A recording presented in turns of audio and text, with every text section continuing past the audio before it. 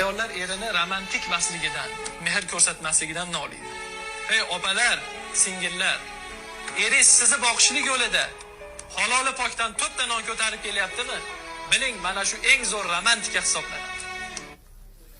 Kim aytdi erkak kishining romantikasi to'rttadan ko'tarib kelish kerak edi? O'rtoqlar, erkak kishining bu vazifasi oilasini boqishlik, ta'minotini qilishlik, bu erkaklikni shundoq ham vazifasi qilish kerak. Qaranglar, erkak kishi nimaga romantika qilmasin? Ayolni ko'ngli bola bo'ladi, 50 ga kirsa ham 60 ga kirsa ham o'ynagisi, eri bilan hazil-huzul qilgisi, romantika qilgisi keladi. U kinolarni ko'rib, televizorni ko'rib, telefonda ko'rib, birovlarni eriga havas qilmasin.